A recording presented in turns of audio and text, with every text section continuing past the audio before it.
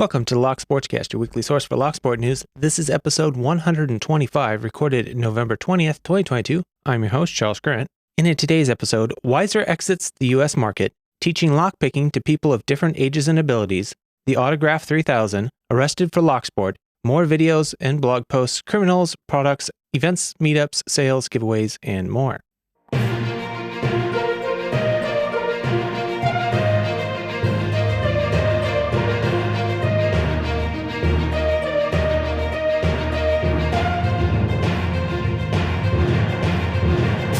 You can subscribe to the audio version of the show on most podcast apps and at thelocksportscast.com. You can subscribe to the video version on YouTube, Odyssey, Rumble, or Apple Podcasts.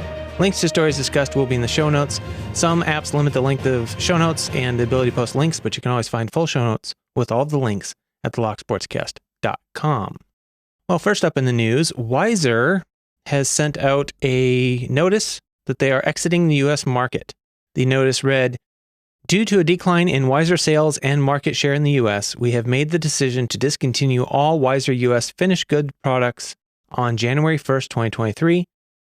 Orders for Weiser U.S. finished good products received after January 1st, 2023 will be filled while supplies last.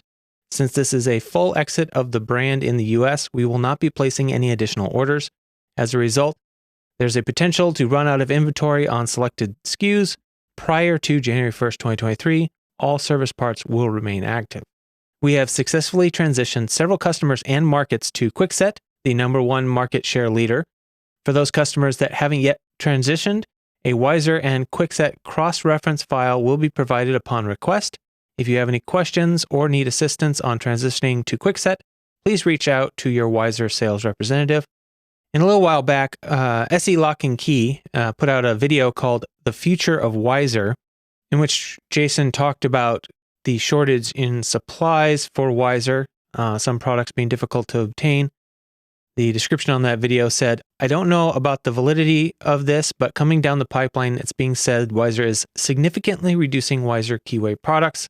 Like I said, that was a little bit ago, a few weeks or a month or so ago. Anyway, it appears they're doing more than reducing their keyway products. They are exiting the market completely. So Locksmiths will be having to transition some of their customers, it sounds like.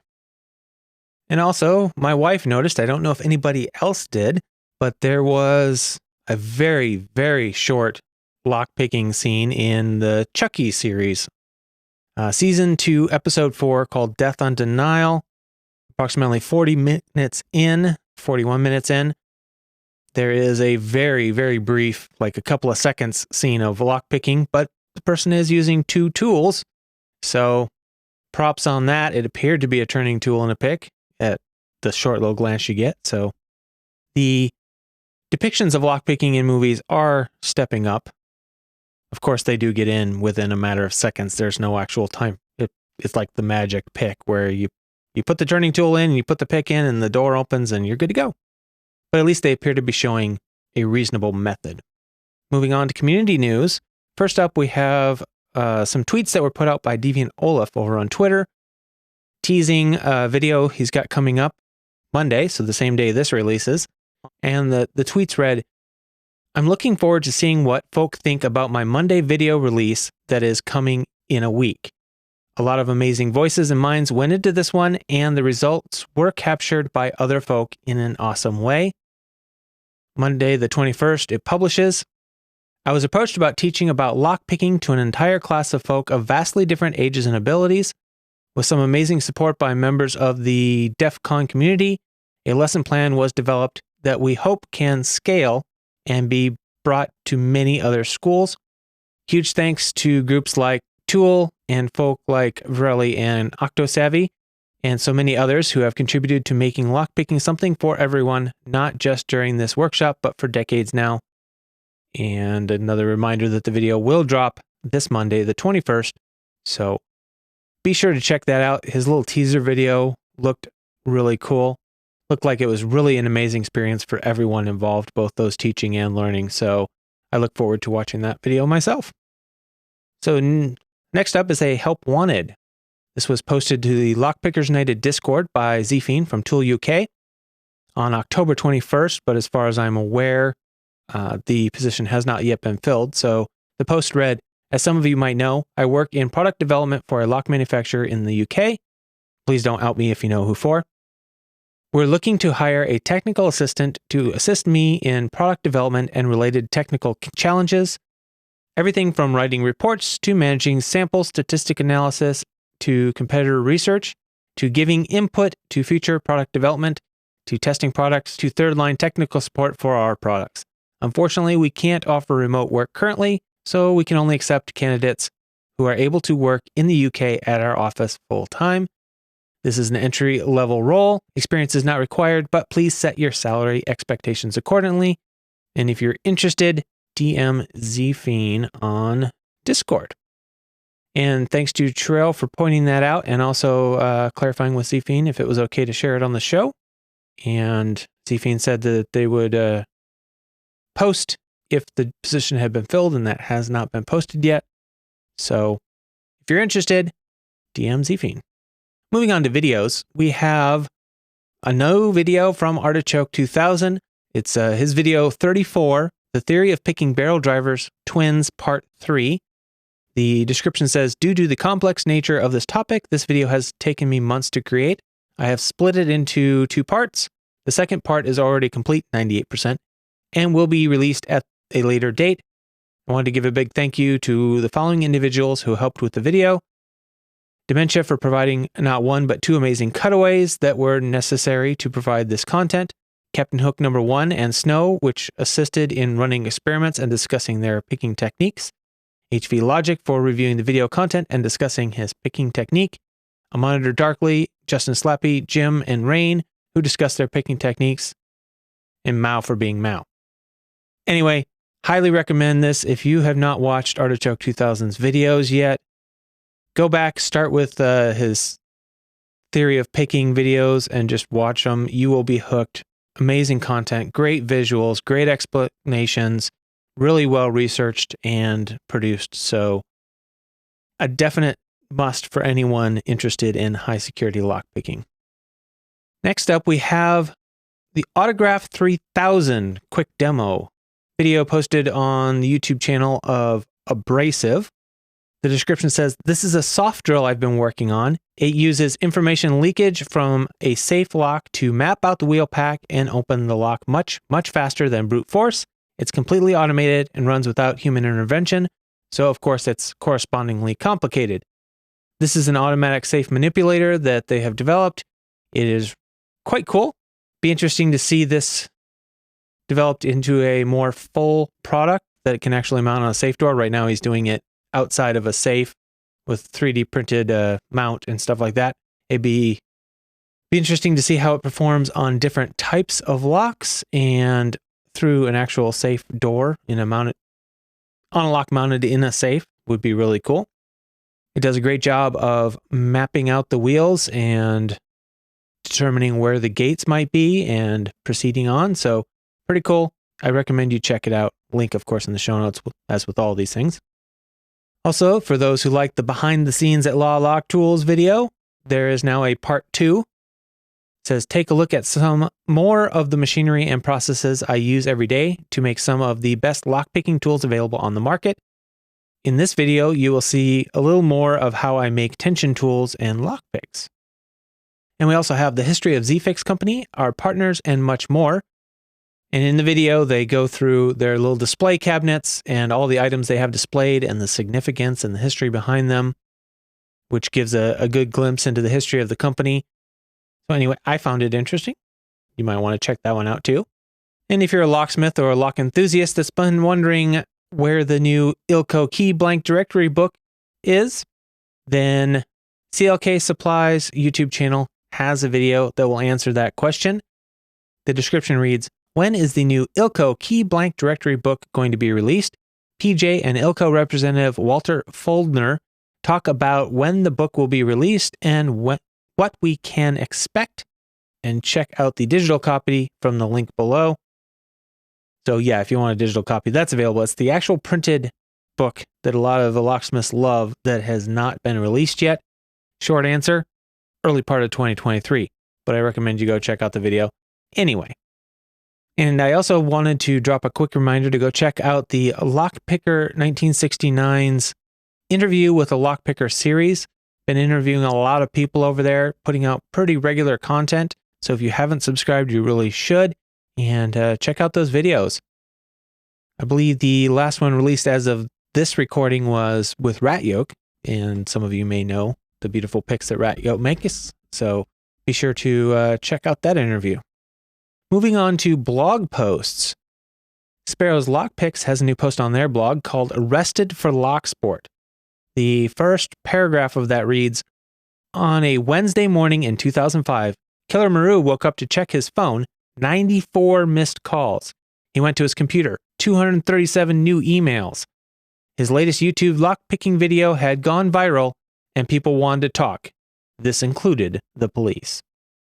And with that little teaser, I'll leave a link in the show notes so you can go read the rest of the article yourself. Tool Block Box has a couple of blog posts. I have been behind. This first one actually came out in October, and it was Czech Lockpicking Championships. The Association of Czech Lockpickers held their yearly competition. Starting up after COVID, they offered a limited program without impressioning championships, but still included a padlock competition, blitz, cylinders, and freestyle. The author of the article, Walter, went to participate as a representative from the Netherlands and gives a little overview of the competition, so worth checking out if you're at all interested in competitive lockpicking. And then they also have a review of Lockpick Set by Moki. The first paragraph on that said, "Hi everyone, this is a quick blog post to show off a lockpick set by lockpick maker Moki, who also makes wonderful pick cases as seen below." And they go through the pick set and case and give you some insight into that, so might be interesting to check out for some of you. We'll have a little more about Moki's picks in the products section. Lock Judge has a couple of new articles up. If you are a beginner, they have 2 new articles posted with the beginner in mind. First one was Practice Locks, the key to becoming a master lockpicker.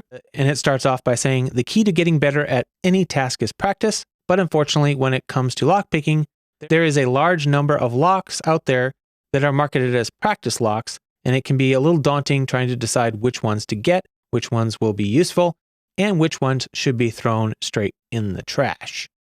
Gives you a quick summary of what that article is going to cover.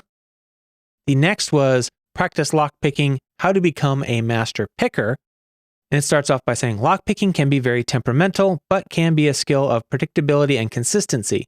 To reach that level, you must practice diligently. Even the legend of lockpicking, the lockpicking lawyer himself, dedicates time and consistent effort to developing his skills and honing his craft. So if you're fairly new to lockpicking or working your way up, might be some good articles to check out. And then this really isn't a blog post, but it is a magazine article that some of you might find interesting. It was posted in Vents magazine online here. It's called A Short History of Locksmithing. And it starts off by saying, locksmithing is one of the oldest professions in the world and has existed for thousands of years, going back to ancient Egypt and Babylon when the first locks were made. Locks were initially made for one primary purpose, to secure valuables and to keep thieves away. It is strange to see that, to date, the purpose of these locks has not changed. I don't find that strange. Locks have a very specific, defined purpose for existing. If they didn't serve that purpose, they wouldn't exist any longer. But anyway, kind of an interesting article. Fairly brief overview, but still interesting. Next up in resources, it was brought to my attention that this podcast has been running for a couple of years now, and there are people listening now that may not have listened to earlier episodes. So I thought I would start dropping some reminders of useful resources for lockpickers. And first up, I want to do a reminder of the Locksport References page by Christina Palmer. It is full of links to useful pages for anyone involved in Locksport. And if you don't have it bookmarked, you really need to add it now. So there will be a link in the show notes to that page. Really just an amazing resource for anyone involved in Locksport. Everything from online guides to groups you can join to tool suppliers, everything you could think of. You can probably find a link to something associated with that in this page, so please go check it out. First up in products, Diggs of Digby Lock and Tool put out a notice on the Lockpickers United Discord that they are planning to shut down orders for the Bravo lock soon. It is a limited quantity lock, and if you plan on getting one, you might want to stop by and order it as soon as you hear this episode. I don't know how much longer you actually have. Did not define a date, just said shutting down orders soon. So if you were thinking about getting one, don't hold off. And Lockpick World teased a new product on Twitter and then removed that post when the new product came out, evidently. But it is the Dangerfield Skeleton Lockpick EDC Covert Entry Multi-Tool. What a mouthful. Anyway, the product page description says, the Skeleton brings new quick-release, fast-access innovation to multi-tools.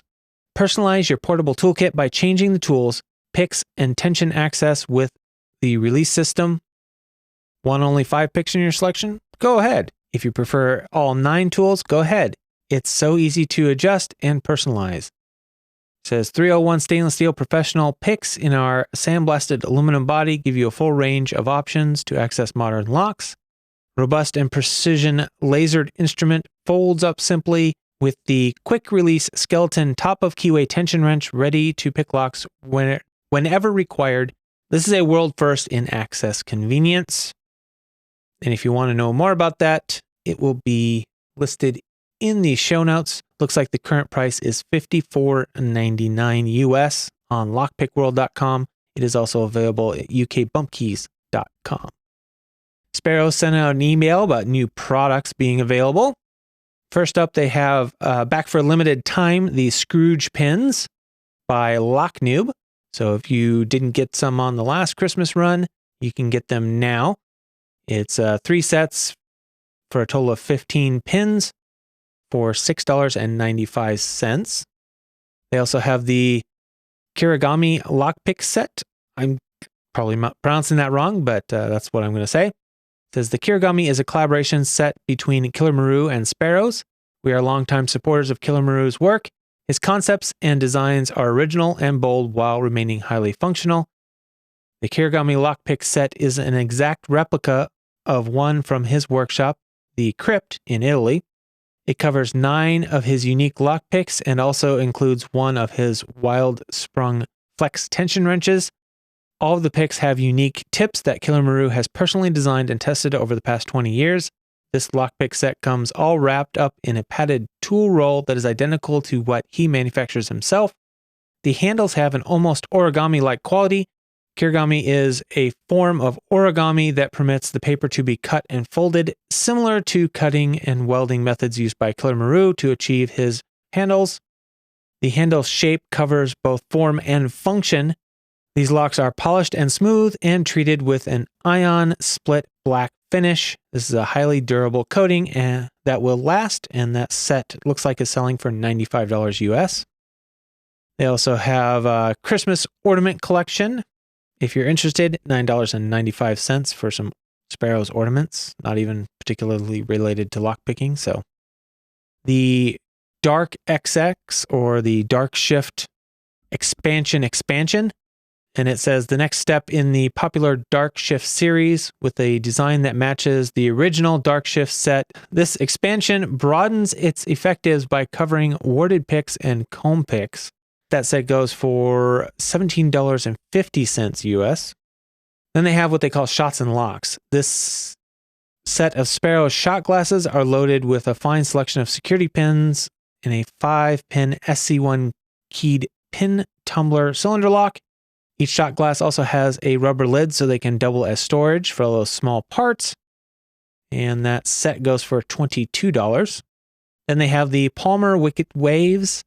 This 4-piece set of computer-generated lockpicks made from 25 thousandths steel seek to produce the most accurate raking wave possible for the widest selection of locks. This set covers the most popular cycloid and sinusoid patterns that were developed by Christina Palmer and a group of lockpicking enthusiasts. Available with or without thermal dipped handles, and looks like they are selling for $16 US. And last, they have the sear tag. This is a covert handcuff key discreetly built to resemble a standard issue dog tag. Easily incorporated into your everyday carry, this handcuff key can be used as a backup or in emergency situations. Works with standard issue, Smith & Wesson, Safari, and Peerless, and goes for $11 US. And since Tools Black Bag was talking about Moki picks, we also have a video from Rubber Band about Moki picks. It says, showing Moki picks, which will soon be available for sale at hooligankeys.com. So if you are in the US, hopefully soon you should be able to pick up your Moki pick sets and pouches at hooligankeys.com. Anyway, he gives a brief overview of the picks and one of the cool benefits that they have, which is being double-ended. If you break one, you can swap it around in the handle and have a new fresh end. Pretty cool. Also does some picking with them. So if you are thinking about them or you're just curious, be sure to check out Rubber Band's video. And over on Kickstarter, we have the Grim Sear Escape and Evasion Survival cards. This is already fully funded. They had a $5,000 US goal, and they have so far raised $147,006 with, as the time of this recording, 5 days to go. The description reads in part, these are the Grim Workshop Sear cards, part of our ever-expanding line of reusable credit card-sized toolkits we call survival cards. These fantastically small toolkits take up virtually no space, yet contain incredibly valuable tools for everyday use, first aid, survival gear, and more. The newest urban survival cards give you the peace of mind to know that you are prepared for everyday emergencies in urban environments, like accidental lockouts and forgotten keys, to less common emergencies like kidnappings, home invasions, and hostage events. But what good do all the tools in the world do if they aren't with you when you need them? Grimm's Sear cards contain everything from a lockpicking toolkit to a door gate bypass tool and even an emergency escape and evasion kit for unlawful detainment. All designed to be conveniently carried in your wallet or a small mint tin-sized container. From the pictures they show, look to be pretty good quality. So anyway, if you're interested, you can head over to Kickstarter and back this project. There will be, of course, a link in the show notes. Moving on to events and meetups, looks like we're coming out of the event season. So a lot of these have already run their course, and this section is going to be fairly short. So first up, we have a reoccurring group here to announce, and I'm going to announce this, and then I'm going to let it go. I don't have time to be going over every monthly group meeting every week, but we will bring up new ones as I find them. This one was brought to my attention by Terrell. It's the Houston Locksport group, and they have a monthly meeting every third Wednesday of the month at Griff's at 3416 Roseland Street in Houston, Texas. All ages are welcome, but only 21 plus can drink, of course. They provide locks if needed, or you can feel free to bring your own. So if you are a fan of lockpicking, whether you're new to it and you need some help, or you're a very experienced picker and you want to help some other people or just hang out and talk locks, and you're in the Houston area, head over to Houston Locksports Meetup every third Wednesday. We have B-Sides Ottawa in Ottawa, Canada, November 28th and 29th at the Brook Street Hotel. If you are in that area, be sure to check that out. And then Le Lockpick Festival, December 10th and 11th in Paris. Just note that this is not a public event. You need to be a locksmith or known in the community and vouched for to be able to get in, and it is a fairly small event. Number of seats limited to 60.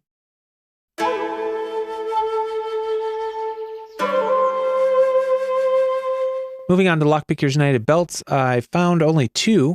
The number of belts being announced has really slowed down here in this part of the season. So we have one new purple belt, and that is C. Vincent. Congratulations to you. And a new red belt, Florida Man Picks Locks. So congratulations to both of you for your new belts. And we also have a whole list of belt changes that were announced in the Lockpickers United Discord. So first up, we have new additions. The Rober Disc Detainer SDB lock is going to be a black 2. The Berg Wagner Profi 116/40 and above will be green. The Corbin Master Ring with one shear line, green. Corbin Master Ring with both shear lines in one take, purple. Hori Trident with T-spools, black 2. Asa 500 with gin drivers and matched sleeve will be purple. The Berg-Wagner Alu Titan 770/40 will be yellow. Aegis 18 pin is brown. Winkhouse Extra 9 to 12 pins will be red. The Winkhouse Extra with 13 or more pins will be black 1. The Asa Twin Pro, Twin Maximum, Twin V10, Twin Global, and Twin 6000 Exclusive, Twin 6000, Twin Exclusive, all those are now split by drivers. For upgrades, we have the Clavis T20 with 20 pins, goes from black 1 to black 2. The Lockman Mega Cross with pyramid drivers goes from red to black 1. The Alpha YKK-AP, purple to brown. The Asa Twin Combi with 2 finger pins, purple to brown. The Abus E-Series, E20 through E90 go green to blue. The Vachette VIP and VIP Plus, green to blue. The Medico Biaxial and M3 Camlock, purple to brown. The Gold P, purple to brown. Downgrades, Dier New Power, brown to purple. Queso 10RS, 2000S, 4000S, Omega, with equal to or greater than 13 pins, goes from brown to purple. The Dorma DC 500 goes from red to brown. And then it looks like they have removed from the list unranked, publicly unpicked locks like the Sesam Atlas, the Uema 760, the Sargent and Greenleaf 6990, and the Bowley Padlock. It says these locks have not been picked and so have been removed from the rankings list as there is no clear indication of difficulty. So those are all your current changes to the belt ranking system.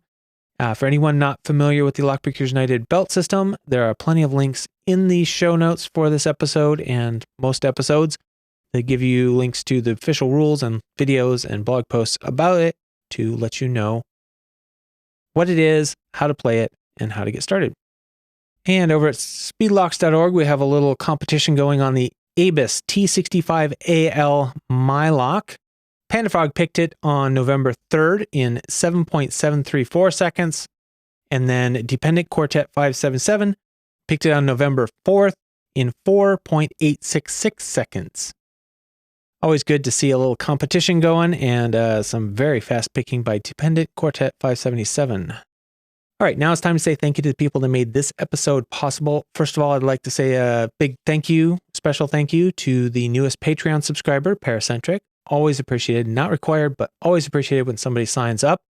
So with that, we'll start with the financial supporters. The supporters of this episode are Medler, PandaFrog, Michael Gilchrist, Starrylock, William Sprain, Dave to be Deciphered, Lee Bond's Locksport Journey, Pat from Uncensored Tactical, 3 Raccoons and a Coat, Sherelle, aka Anthony, Dr. Hogmaster, Clayton Howard, aka Cooltoon, Mog, John Locke, Rat Yoke, Mr. Picker, Cranky Lockpicker, JHP Picking, Barebones Lockpicking, Deadbolt Cafe, NWA Lockpicker Snake, and Paracentric. Thank you very much for your support. Chief content producer for this episode is Sherelle, aka Anthony. Other content producers, Artichoke 2000, Deviant Olaf, iFisk, Iona West, Jeff and Things, Jeff Moss, Joshua Gonzalez, Kiki Athena, Panda Frog, The Lockpicker 1969, and Tony Vrelli. Thank you to all of your support. It means a lot to me. So if you are enjoying the show, please remember that the show is only possible because of all the support of people like the ones mentioned above. And the most important thing you can do to help keep this show going is sending in news, links, events, giveaway information, anything you have that's happening in your part of the Locksport community or something you've heard about. Send it to me at podcast@thelocksportscast.com or any of the other methods listed in the show notes. Easy way is to just tag me in social media, be it on Twitter or in Discord or Instagram. Give me a tag on something that you see that you think I'd be interested in sharing. Don't forget to share the show with your lockpicking friends. Leave a review, comment, thumbs up, whatever your platform allows. Subscribe on your platform of choice. If you want to help financially, you can, not required, but you are certainly welcome to do so. You can do that through PayPal, Patreon, or Subscribestar. And if you support the show with donation or information I use in the show, I will give you credit in the show and in the show notes, just like the people you heard me just mention. If you have any cool stories of things that have happened to you in Locksport or because of Locksport, you can send those in. I'd love to share those on the show. If you have feedback about the show, you can go to locksportscast.com/contact or email me at the address I already mentioned and send me some feedback. If you want it shared on the show, I can certainly do that as long as it's reasonable length, polite, work, family, safe, no politics, and not just drama. If you don't want it shared on the show, please be sure to explicitly say so just so I don't screw up and share it. And thank you to everyone who does support the show. And iFisk shared this story of somebody getting started in the locksmith trade. And the article was entitled, "A 29-year-old who traded her office job for the male-dominated locksmith industry explains how the career pivot re-energized her creativity. It can be something that brings you joy." That is such a long title. I do have one complaint about the online news industry lately. They cannot get people to write succinct, clear titles. I mean, that is an art form all in its own that has been lost, I think, in a lot of this online publication, getting things out as fast as possible. It is a real art form to write a grabbing headline. It should be short and to the point and grab you. Anyway, moving on to the story. The story in part says, from 2016 to 2021, 29-year-old Cheyenne Smith worked as a medical receptionist. While she has fond memories of the experience, she says the grueling nature of the job made it difficult to find time for church and community volunteering, family and friends, and hobbies. She says, "I felt like I needed to do something with my hands. I needed to get creative. My creative side was dying, and I had so many other things that I felt were very important alongside my job that I wanted the freedom to be able to do and couldn't necessarily get done." She left that job in August of 2021 and within a month had found exactly what she was looking for. The article continues by saying that one day she took a break from looking for jobs and accompanied a locksmith friend on an assignment that took him to a beautiful area of Long Island, New York. He began teaching her how to pick a lock, and it turns out she was a natural. For the next week, Smith shadowed her friend to work, and he offered to take her on as an apprentice. The article says that only 10 to 15% of locksmiths are women, but Smith says it's the creative, hands-on, flexible, service-oriented, and well-paying job she was looking for. She hopes she can inspire other women to explore outside-the-box jobs as they look for a fulfilling career, even if the job might seem kind of crazy from afar. She says, "It doesn't have to be necessarily sitting behind a desk all the time. It doesn't have to be doing something that you're not necessarily in love with. It can be something that brings you joy. It can be something that serves others, and I truly believe that's something that we should be able to experience in any form of work." Anyway, I thought that was kind of cool. She found a new career that actually brings her a sense of fulfillment and accomplishment. So, very cool. Moving on to lockpicking criminals. First up, Kentucky man tells police he was borrowing a stolen vehicle. This is out of Kentucky. According to a release from the Carlisle County Sheriff's Office, Baldwin City Mayor Philip King saw a 1990 Chevy pickup that belonged to the fire department leave the fire station on Friday, November 4th with an unknown person driving it. The mayor and a deputy followed the truck until on-duty law enforcement could stop the vehicle. They were able to catch up to the truck on Highway 62 in the West Fork Creek Bottoms area. Deputies were able to detain the driver. According to Sheriff's Office, he told them he was trying to get back home to Mayfield and was only borrowing the truck. Deputies found a jump box that was stored at the fire station in the back of the truck. They say the suspect admitted to removing the jump box in case the truck wouldn't start. They also say they found a lock-picking set on the suspect. The driver was arrested and taken to McCracken County Jail. He is facing charges of theft by unlawful taking and third-degree burglary and possession of burglary tools. Yeah, I'm sure he was just borrowing it. He was going to take it right back as soon as he found somebody to give him a ride back there. And then this one out of my home state of Oregon, more specifically out of Newport, Oregon. Man leaves debit card at the scene of alleged attempted burglary. 22-year-old man was arrested on October 26th after police found his debit card following a report of an attempted burglary. A probable cause affidavit says Lincoln County Police were dispatched to Pacific Wave Resource Center on the 25th on a report of an attempted burglary the night before. According to the affidavit, at the business, the officer found a ladder leaning against the building with the debit card belonging to the suspect on the sidewalk beneath it. In a door, the officer found a metal pin, which, quote, said, as if being used as a lockpick, end quote, and the owner of the business showed police surveillance video that showed the suspect, whom the officer recognized from prior contacts, bringing a ladder from the neighboring property and climbing it, as well as attempting to gain entry through the door. According to the affidavit, he also moved approximately 10 30 to 50-pound rocks from the business landscaping and spread them out in the drive-through lane of the bank next door. Odd. He was charged with possession of a burglary tool or theft device, third-degree criminal mischief, and second-degree criminal trespass. He was released on general conditions with no monetary security. He was scheduled to appear in the court at 8:30 a.m. Monday for an arraignment, but sent the court an email Monday morning saying he was currently stuck in the valley and would not be present. He asked for an extension and a lawyer to be appointed to represent him. Those of you not familiar with Oregon, Newport is on the coast. There is a mountain range, and then the bulk of the population lives in what's called the valley, which is between the Coast Range and the Cascade Range. So he was on the other side of the Coast Range, stuck in the valley, according to him, and couldn't attend his court hearing. Moving on to sales. First up, quick notice, Black Friday sales. I know that Sparrows and Covert Instruments and several others have Black Friday sales, but I have honestly lost track of who has sales and who doesn't, and which ones require coupon codes and don't. So if you know of any Black Friday sales, please share it with the rest of the community by posting it in the comment section of the YouTube video of this episode and on any other social media platforms you might participate on. Those things come and go pretty quick, so if you hear of one, post it on social media, post it in the comments of this video, whichever, wherever, let other people know so we can all benefit. I do know that Covert Instruments put out a notice that they were having one, no details yet on what it is. Sparrows almost always has a coupon code. Other than that, I honestly can't remember, so I'm going to rely on you guys to get the word out. Southord still has their page up for cosmetically blemished lockpick tools and accessories. You can save some money that way. They also have their sales page up with the latest items that are on sale.